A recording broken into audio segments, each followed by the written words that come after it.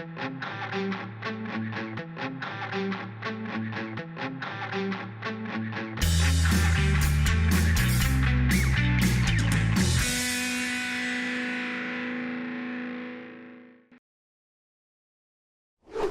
and welcome to another episode of FinTech Focus TV with me, Toby Babb. And today it is a great pleasure, as always, to bring back onto the show Matt Smith from SteelEye. Hi Toby, thanks for having me. Matt, brilliant to have you back on. I think this is now 3 or 4 that we've had with you on the show. Four.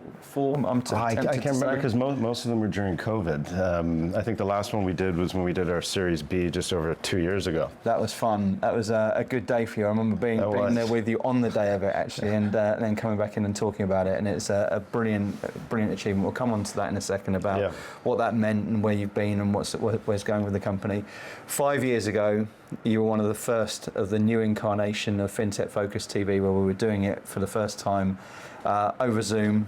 You were there in where were you? Cotswolds or something like that? Dorset. Dorset. That was it. Down in Dorset. Yeah. Sat on a sofa, I think. That's right. It was at that sort in a little cottage. In a cottage. I managed to just escape the lockdown. just in time. And you guys absolutely flew at that sort of stage. I remember that sort of timing for you. Well, we had just done our Series A, right? Yeah. So Fidelity had backed us through their 8 Roads vehicle, which ultimately became Fidelity International Strategic Ventures. So we went into COVID unknowingly, like flush with cash, ready to grow. The market was moving. Our products were being very well received. We were going through a lot of hiring. Yeah. And actually, we should touch on India, because like the growth of SteelEye in India actually took place during that time in an area where we were really struggling to build out an offshore function. Yeah. But it's a cool story. So remind me to come back. We'll come back to that. Yeah. And we'll come back to, I know that you've gone over to Portugal as well, and there's been internationalisation of the business. You're in the States too. So this sort of, small acorns turning into a mighty oak over the last 5 years since we've been speaking. And I love seeing the business and everything you've done and grown. It's a really cool sort of story to come into. So lots to go into. We'll talk about regulation, we'll talk about politics, we'll talk about what's happening in the marketplaces, we'll talk about trends, everything in between, and all that good stuff. But for those who've missed the previous episodes, go back and watch them first and foremost. But secondly, give us the overview of SteelEye and what you guys do. Sure. So SteelEye is a data-centric regulatory and compliance surveillance platform. Our genesis actually was reg reporting, but and although we've got a great product for MiFID reporting, we're purely focused on being the first and the best holistic surveillance provider for financial markets firms. We bring together all your communication data, so your voice, your emails, your Bloomberg chats, your WhatsApps, you name it, Slacks. It's all stored in a central archive repository that is fully compliant with SEC regulation and global regulation. We do the same for trading activity, so we bring in orders and trades. We're asset class agnostic, and in fact, 60% of our client base is on the buy side and 40% is on the sell, and this is everything from tier 1s down. So we really service the whole demographic of the financial markets. And then on that data, we marry that up with various reference data points. So we'll bring in CRM information from our clients. So it'll be information on companies they do business with, the people within those firms, their own employees, and it's all kinds of stuff, including very sensitive things like passport numbers. And then we provide reference data. So we have an instrument securities reference data platform. We have market data, so we have level 1, level 2 pricing data, global coverage. We have news, so we have all the information about things that are going on in the market. And then on top of that, we start to offer surveillance capabilities, communication surveillance. So this is monitoring for unwanted behavior, looking for market manipulation, anything that a company would want to know about, things that you might want to prevent or be aware of within your firm. We then look at the trading activity. So we look for market abuse. We look for market manipulation. We also use it for benefits like transactional cost analysis and best execution. So at the heart of it, that's our platform. We were the first to offer holistic surveillance. There are others that are coming towards us, but currently, like we're up against communication providers and trade surveillance providers. The future, no, it's going to be one, and I think that the market's woke to that, and we're just trying to keep ahead with the march we have already. And definitely are keeping ahead with that. And I think there's so much to unpack from what you said, and I think one of the features of what I've seen over those 5 years of us talking since you've been on the show for the first time has been, it's been an evolution of the business. It's been an evolution of product throughout that sort of thing, and you've looked at moving and evolving. I've seen various different incarnations of how you've embraced new technology and supercharged the thing, reacted to new regulation and supercharged the play. And I think that sort of product journey, I think, has been fascinating about you. I've always said as well, I think you guys are phenomenal at adding value to the marketplace. I think from the Regs and Eggs events you hold through to the marketing and the content and I think the thought leadership that you guys are able to create. And then actually the people itself that you've got in the team, there's a lot of hugely talented people now all over the globe with the business. And that's been a sort of, I think, feature of the company over that sort of time, hasn't it? Well, I mean, the people bit is what I'm most proud of, the culture, the global nature. I mean, we today, we're headquartered here in the UK, but we have clients right now in 18 countries. Yeah. I was just saying to you, last year, I went to 15 countries last year. And the beauty of my business is, having gone to 15 countries and met with regulators in almost all those countries, the problem we're solving for is almost identical everywhere. It doesn't matter where you are. If you're in South Africa, if you're in the Middle East, if you're in Asia, if you're in the US, Canada, South America, it's the same. And as a result, from an offering perspective, we know we can help financial firms anywhere with really important problems. People-wise, for SteelEye, we're headquartered here in the UK. We do have an office and a company in the US, in New York. We have a data science company in Portugal, one I'm very proud of. Singapore, we have a team there now because we're seeing a lot of opportunity coming out of Asia, not just opportunity, but clients. And we're in the region, we're there to support market participants.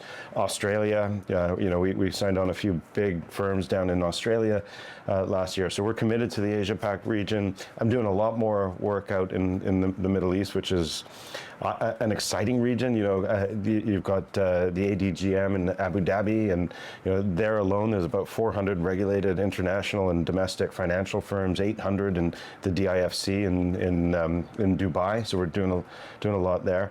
And then actually one of the things I'm most proud of in the journey of SteelEye and the culture of SteelEye is our operations in India, which we really struggled. And when we look back 5 years ago, and we had just done the fundraise with A-Roads and Fidelity, we were struggling to make that work. But COVID actually was a magic ingredient to success there. Well, in India, I think, is one of those regions where when you get it right, it can be absolutely brilliant content. And as you say, look, it's getting to that sort of right program. So what did you do well that allowed that to happen? Well, I don't want to say it wasn't with intent, but we were struggling. And I've worked for big firms like the Royal Bank of Scotland, the Global Banking and Markets business there, where we built a really big offshore operation in India, and we struggled. And I have done it a few times over the years. And what you end up finding is it's very difficult to find and retain talent. It's very competitive. And very quickly, actually, the cost can escalate, and you don't really factor that in to the point where it can very quickly become non-beneficial from an economic perspective. Yeah.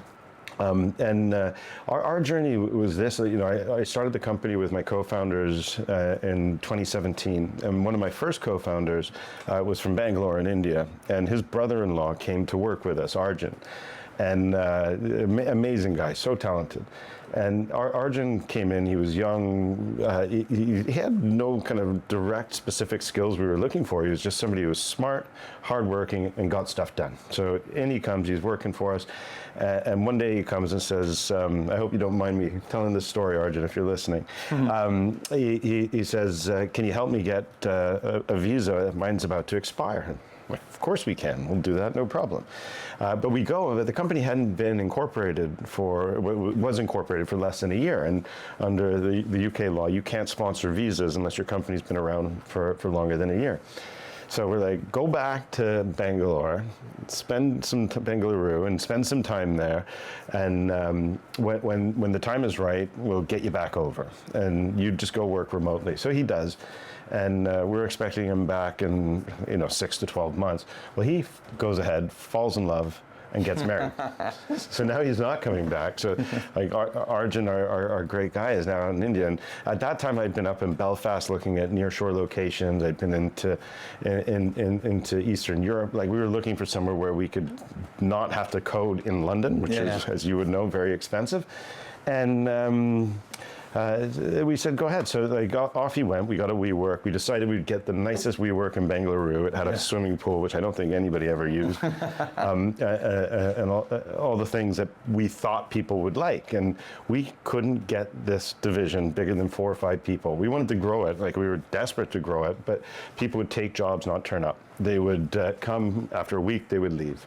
So we ended up with this kind of 5-person WeWork, and we couldn't grow beyond that.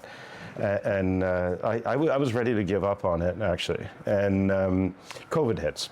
So we had just done the fundraise. We're hiring, right? We have lots of money. We're flush, and we're trying to grow a business, and we need people. And everybody's now at home, and we're running around doing our a leg to stand on racing. And we're just building out the business. And that's when you were doing half a marathon every single day for a week, wasn't it? I only did that 4 times. Can't believe I actually did that. So we ended up hiring, and actually before we knew it, we had 25 people in India, but they were all working remotely, so nobody was in the office. And then time goes on, and during that time we incorporated Portugal and like started to build out there. We had people from Portugal before, but we really were making an effort there because there's some really brilliant, talented people. Some of the best. Culturally great, but also just smart people who are dedicated and work hard. So India's building out. COVID's coming to an end. I decide that I would go out to India and try to figure out why was it that we failed the first time around, and how do we prevent that from happening again before everybody comes back to the office. So we go out, we get to know everybody, we learn, we talk, we go through the market. People didn't want to work for a small, and we were small at the time, kind of Series A funded startup-ish business that was growing out of the UK in a WeWork, because they were worried that we would disappear. They'd seen it before and fool us once, and shame on you. And we made a decision that we would take an office, we would put the SteelEye logo, just like it is in London, in metallic on the wall. We would get a foosball table in, we get a beautiful office. You work the hours you want to work. So don't this is less about remote working. Don't feel that you have to work UK hours. Work hours that work for you. We bring in food, we take care of them, and they've become like a great part of our culture.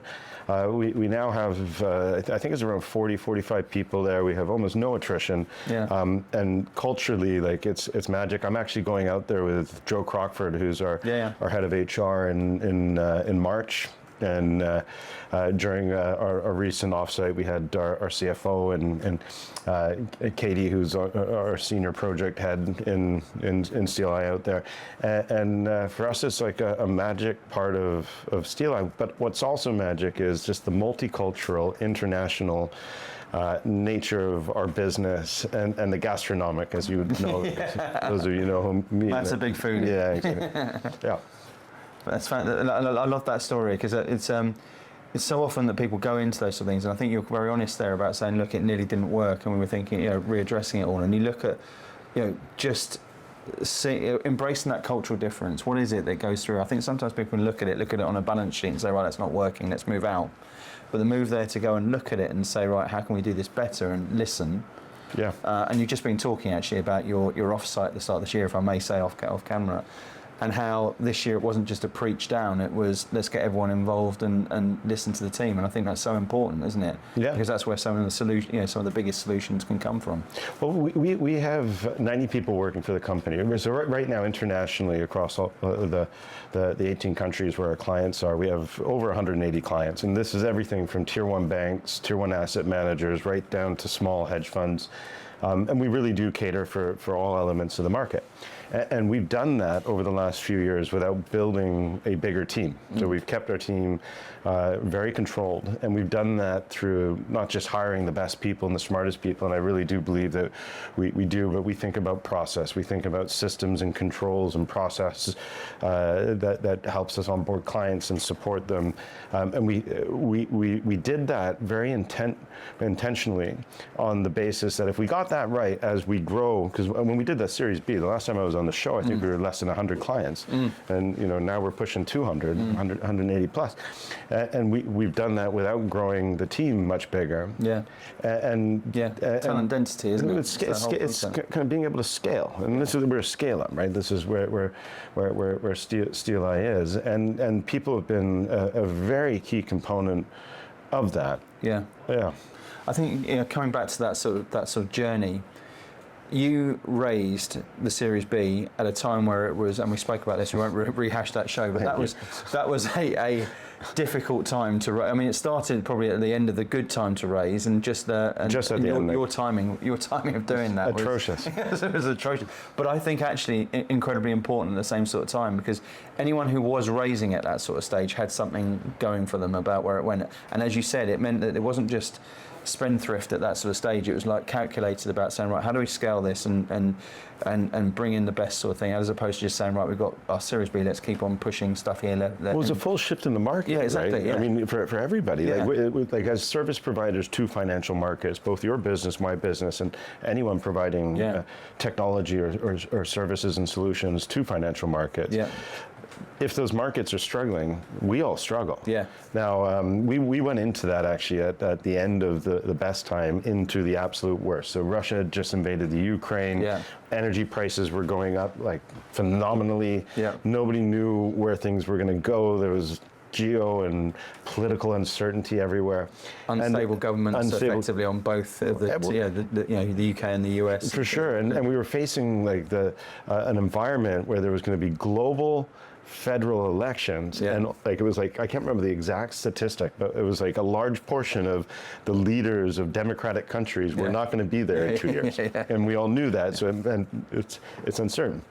The knife was dropping, and we were raising, but we had gotten to the point where we were ready to raise. So like nobody wanted to catch the knife and get cut. So pricing was difficult. We ended up with a great partner in Tenkos, who's obviously been with us through the scaling post that, because we got to a sensible end result for the funding of the company. So we were able to push that aside. And then we're trading into a really tough market. 23 was atrocious. So that was 22 when we did the raise, kind of mid 22. 23 was the worst trading environment I've seen in my space. We still grew the business by 35%, but it was tough, and we took a lot of battering, and like we came out scraped and bruised and brushed ourselves off. We went into last year 24, and the markets were again quite tough in the first half of the year, and then things started to stabilized and settled down. By the end of the year for us, we had a record Q3 and a record Q4. Ultimately, we grew the business by pushing close to 40%. Like we're kind of 35 plus. And as we ended the year, we were quite proud. We lost very few clients, almost none. We had grown our business. Won some great clients. We won some amazing clients. Yeah. We were doing well. Grew internationally. We had incorporated in Singapore and built the office in Australia in that time. So it was an exciting time for us, but we had to go through that painful moment to get to the better moments. Anytime there's a U.S. election, it doesn't matter who wins. Usually you have a boom right on the back side of it, and we're kind of there too. So like it's an exciting time. Nobody knows what the future's going to hold through 25. But well, there's always, as my father-in-law always says, there's something happening somewhere in some part of the world which is going to have an impact on what you're doing today. Yeah. And who knows what or where that goes, but I would suggest that, as we were talking about before we came on air, there's a lot of the right things moving in the right direction at the moment. And I just wanted to go back though to that 23, 24, because, do we have to? I think it's important because it was bruising. I think you used that word, and I think it's also really interesting for you as a founder of the business and seeing that thing through. I know how personally you've spoken about the people, and I know how proud you are of the team and how much effort you put into it. I always look at you and what you do with culture. We've spoken about this on the show before. I know how much investment you do to make people happy, to make it a great place to work, etc., etc. When you're doing things that you've never had to do in the business at that sort of stage, and potentially make some cuts at various stages, recognise it's not the same sort of growth as you've seen at various different phases over those 2-year periods. That's a difficult thing to take personally. I can absolutely empathise with that. Yeah, it's a difficult piece to go through. But I think it's also incredibly important about how you learn and what you pick up and what you do over those sort of periods that can make you that much better as a business. And I feel, from conversations we've been having over the last 6 months, I feel that the business has never been in better shape, right? Well, it was a tough year last year in that regard. So back to the fundraising, back at that time, back in like 21, 22, the VC and the private equity community was growth at all costs. Yeah. And, we did that. And you build and you raise and you build and you raise and capital keeps flowing. You just keep building, you go forward. At some point, both from a market perspective, but also as a company, like we had always been a loss-making company. You have to change your mindset, and the mindset for us became, this company now needs to mature to the next level. So you have a fledgling seed of a company. The seed sprouts some roots, and it grows and it grows and it grows, and at some point it needs to mature and become a tree. And we're kind of at that inflection point at the same time as the market is struggling. So like we changed our mindset last year, and it was all about building a business that not just is cash flow sustainable, but cash flow growth. So like we want to build a growth business that is a true, real kind of leading player, a predominant player that's firmly rooted on the ground in our industry. So we looked at a lot of things, and I was very happy about the growth in our margins. I mean, our margins, we grew them by nearly 30% last year. We, as a business, continued to grow to kind of 35-40% year-on-year growth, which is great, and at the same time retaining clients. Now, there was a lot of things we looked at to do that. Obviously, revenue is a key driver. You sell more clients and you have more revenue coming in. You've got to make sure your existing clients are happy. When you got 180 of them, that's a lot. And we pride ourselves on offering the best service to all of our clients. And all of that's important, isn't it? All 180 need to feel like they're the number one client. And we need to remember to care that way, and we do. That's kind of embedded for us. So like we use a cloud solution. We had a main cloud provider that we were using. I'm not going to name names to call anybody out, but they were about 24% of my cost of goods, which is huge, right? And we knew we had to bring that down. So in January, I tasked the engineering organization at SteelEye to go away and solve this problem. And there were two other problems we wanted to solve for. One, we didn't want to be beholden to a single cloud provider. So we want to offer an Azure, AWS, Google, Oracle, whoever it may be. But also, we're doing a lot more with major banks, right? So we're supporting volumes of data that are significant. So we wanted to make sure we would be able to scale to infinite levels. So the engineers, over a 7-month period, rewrote the platform, and on the cost base, we took that down from 22% right down to about 11.5%, which is huge. Significant, yeah. It's significant, right? So massive boom for our margins, massive efficiencies, and it was just the fact that we had built, when we started SteelEye, it was a data platform. We had built a data platform, built product on it. We focused on building the best products in the market for what we offer for, and we still have that, but we never looked at the back end of it. So we looked at the back end of it, and we solved that bit. We're now able to offer our products in any cloud. In fact, we have a few tier 1 banks using Azure, a few using AWS. We've got not on-premise, but we have we have private cloud environments where they host it. So we can do on-premise, by the way, all because of this re-engineering. So it puts us in a position where we can be really flexible to all of our clients on one code base. And when most firms try to offer multiple environments, you end up with multi-code base. We don't have that. So we're able to now scale and adapt with our clients, which is a huge progression for us. And it is that's what I mentioned at the start. I think the striking thing is about how the products and the company has evolved with tech. And I've had sort of excited conversations with you about the evolution of ChatGPT or whatever, or AI, and how various bits and pieces are going there. And I've seen you shuffle around with things and just show what it can do. And it's amazing to see that sort of evolution within the business. I think that comes down, again, coming back to that people point. And I guess it's having a team there with a solutions product based mindset and a customer based mindset, that you look for those sort of things and say, right, how can we evolve this and how can we adapt to what people are doing?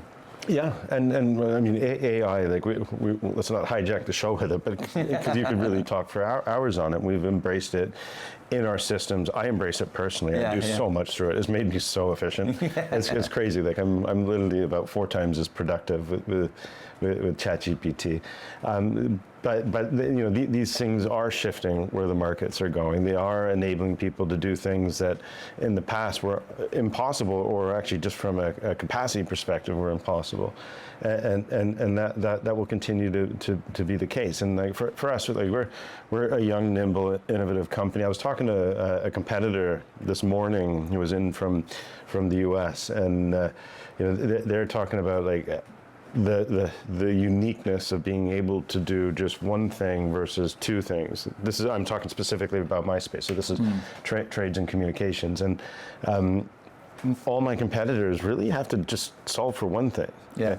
And we have to solve for 2. Yeah. And not only do we have to solve for 2, we have to be the best at both, right? And I think the unique thing about SteelEye goes back to its people. Like our people, we have the best in trades and we have the best in comms. Yeah. And they're very different skills. Yeah. And I'm not going to say one's easier, one's harder. There's complexities in both. But I'm sure they'll tell you that on either side. But they're both very hard. That's the issue.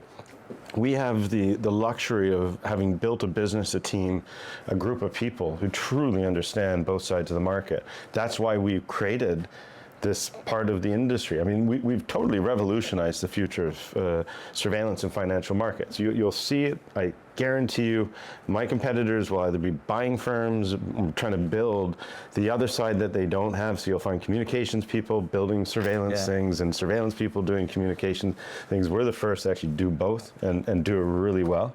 I'm excited about 2025. I think. I mean, that's a good place to go on to, isn't it? We've been looking backwards through the tough stuff. Yeah. Let's get excited about the other stuff, the side of things now. So tell me what breeds that excitement. So I looked through a market that had been standing still, deer in the headlights, trying to figure out. And this is from a capital perspective, trying to figure out what's going to happen. Where's things going to go? And as that's going on, companies are growing and evolving, and I think there is an opportunity now that's about to really come to fruition, where you're going to see a lot of M&A. So you'll see firms converge, you'll see acquisitions, you'll see continued evolution at paces like none of us could really understand with the capabilities of AI. Like I said, like I'm like 4 times more efficient. Well, I'm not alone, right? So suddenly you've got like anybody who's embracing this stuff moving faster.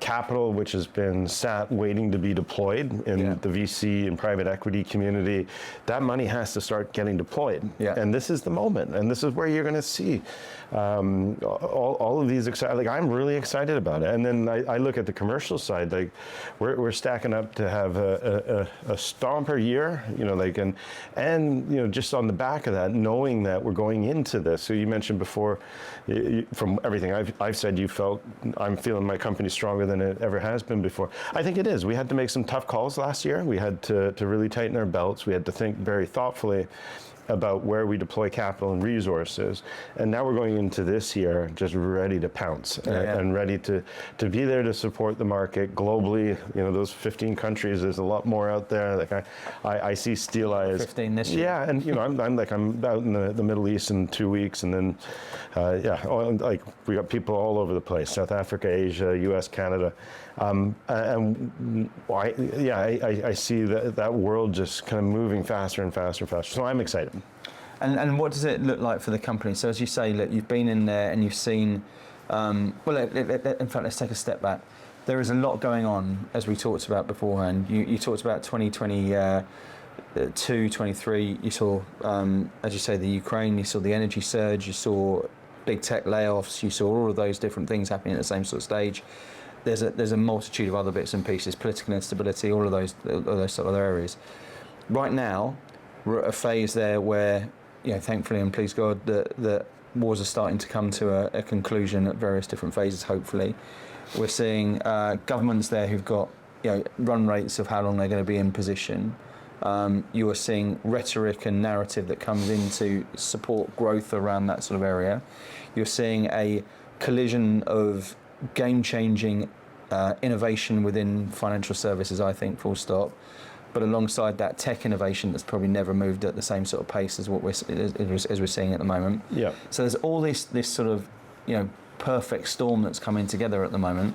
Plus, the space that you're in, the regulatory world, has also got two of those things feed directly into that. Yeah. The crypto world, with a pro-Trump, with a pro-crypto Donald Trump in position. Launching a cryptocurrency the day before he goes into the office. Exactly. Wow. At least one of them. And you're seeing AI, which will have even more impact on the need for regulation within that sort of space. Yeah. That spells a pretty exciting time for your industry, full stop.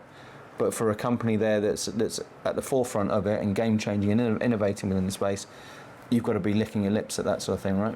Well, I mean, it's an uncertain world, right? And so you've got Trump coming in. Gensler immediately resigned because he knew he would be fired, so why stick around, right? And I think that was wrong, because I think he was a great regulator, and it's a bit of a shame. You've got Paul Atkins, who Trump has nominated to head up the SEC. And Mark Yates is still running it as interim head. We don't know where that's going to go. Paul has always been seen as a common sense regulator, and I guess that really depends on what you interpret as common sense. I think he will be a great regulator. He is very pro cryptocurrency. I have concerns about just where the crypto. I think it needs more regulation, not less.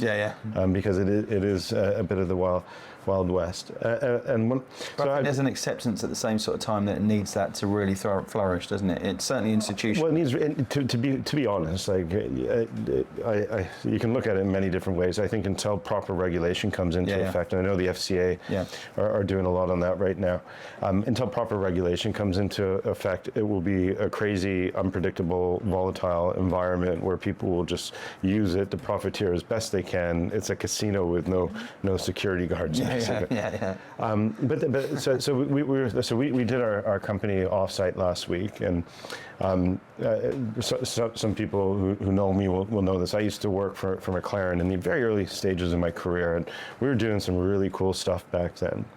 And a good friend of mine who I became friends with, there's a chap called Neil Martin.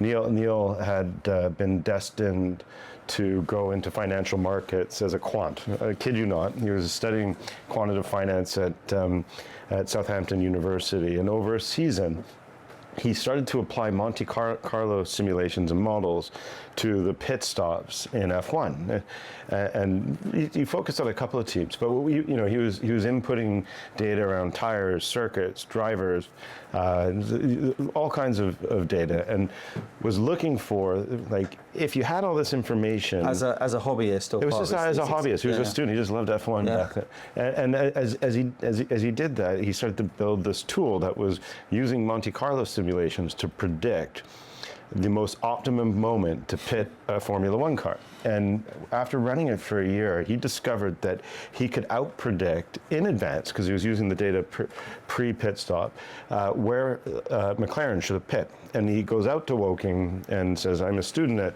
and there's more behind the scenes this, but I'm a student at Southampton University. I was going into finance. I've run these, and this is back in like 96, 97, run these scenarios, and I can tell you the data sets that I've got would have told you where to pit your cars far more efficiently than you ever could have. You would have been way more efficient. So they called him in, they had a look at the data, and said, Neil, go out in the hall. So Neil goes out in the hall, and they go and talk for a couple hours, and they pull him back in. They're like, we don't know how you did this, but if you want a job here, you've got a job. And he ended up in F1. So he went on to be head of race strategy at McLaren. He moved to to Red Bull Racing with Christian Horner, and kind of built that team out from the ashes of the Jaguar team, and ultimately ended up at Ferrari, where he was head of race strategy at Ferrari. So he was living out in Italy. On the side, he owned all the IP for this stuff, and what he had built was a tool that a platform that would look at all of the different data sets, telemetry, and just all like tires and weather and all that stuff, and predict where a Formula One car should pit. And he got it down so after about 3 laps, he can tell you the exact outcome of a race. Like, he'll know where people are going to pit. And all the teams, most of the teams use the software these days because it is accurate, with the exception of random logic. And why this is important to the predictions of the future. We have Trump, we have Putin, we've got the Middle East. Nobody knows what's going to happen. That's the random logic. Yeah. If all things continue as we see it right now, we probably could predict where things could be going. But the reality is, randomness is just part of the world, and we don't know what we don't know, and anything can change it. If things keep going the way they are, I predict a great race finish. Yeah, that's not a bad way to look at it as well. So we'll remove the random and keep on focusing on the race that you can drive at the moment. Focus on the road. And so talk to me about that. There's I've always loved, as I say, this journey that you've been on is a pretty cool journey. It's been some great stuff picked up, some great accolades and wins and awards, and but growth and the backing, as I say, of getting a Series B at a time where no one could get a Series B at that sort of stage. That's it's all testament to the journey that you've been on. So tell us, looking ahead, what people can expect to see from 2025, if there isn't any random logic that comes into I mean, like for SteelEye specifically, we're definitely now becoming a provider of choice in the tier 1 space. So our competition out there, who believe that we were kind of a mid-cap buy-side oriented firm, only 60% of our clients are on the buy side. We have both, and we'll continue to, and we are in the tier 1 space, and we'll continue to grow there, and we'll continue to acquire market share. Our products in many ways are the best in market. I know some profess like we're pure AI. Well, we do a lot of AI, and actually so much that people haven't seen yet. That we launched late last year will revolutionize some of the things that are happening. To the market, like get ready to see product innovation and evolution, the likes you haven't seen. And AI actually helps with that, right? So not just in the tool, but just like using it to get from point A to point B as a solutions provider. We continue to thrive on the fact that when we say we're going to do something, we do. There are firms out there that will make any promise they can in the world to get a client, but when it comes to actually giving and delivering on what you've committed to and giving the care that you should be giving to your clients, they fall down. We picked up a tier 1 bank from one of our competitors who had signed the contract last year, and they blew it up because they couldn't deliver. Well, we can deliver, and we've done that because we've built the best team that I'm aware of right now in the market when it comes to customer care and onboarding, and we'll continue to invest in that.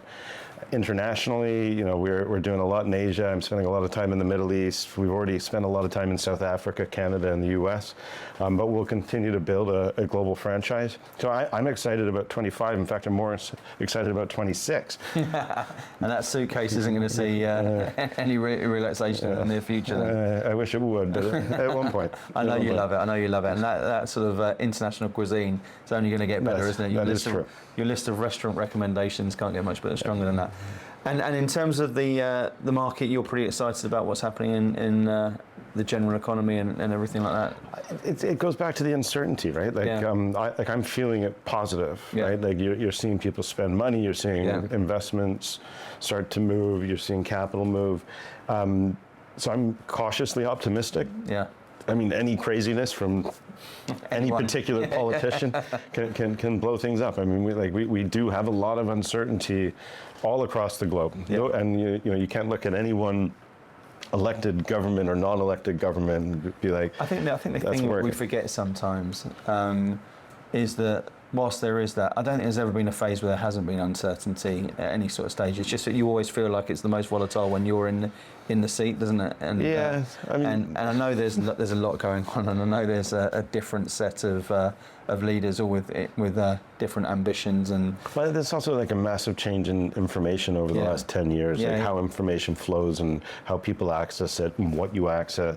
So on one hand, AI is a great enabler, but on the other side, it can be a negative influencer of non-truth, right? And like that non-truth stuff scares me. But look, I remain optimistic. I do as well. Well, Matt, look, it's a pleasure to have you back on. Thank you. Not going to do it 2 years again next time. Let's do it quicker. For people who want to get in touch and find out a little bit more about what you're doing, how you're changing the game, what's the best way to get in touch with you and SteelEye? Well, either direct through Toby or our website. Make it happen. Yeah. Good man. Listen, Matt, great to have you on the show. Thank you. And thank you all for watching. We will see you soon on the next episode of FinTech Focus TV. Thanks a lot. Thank you.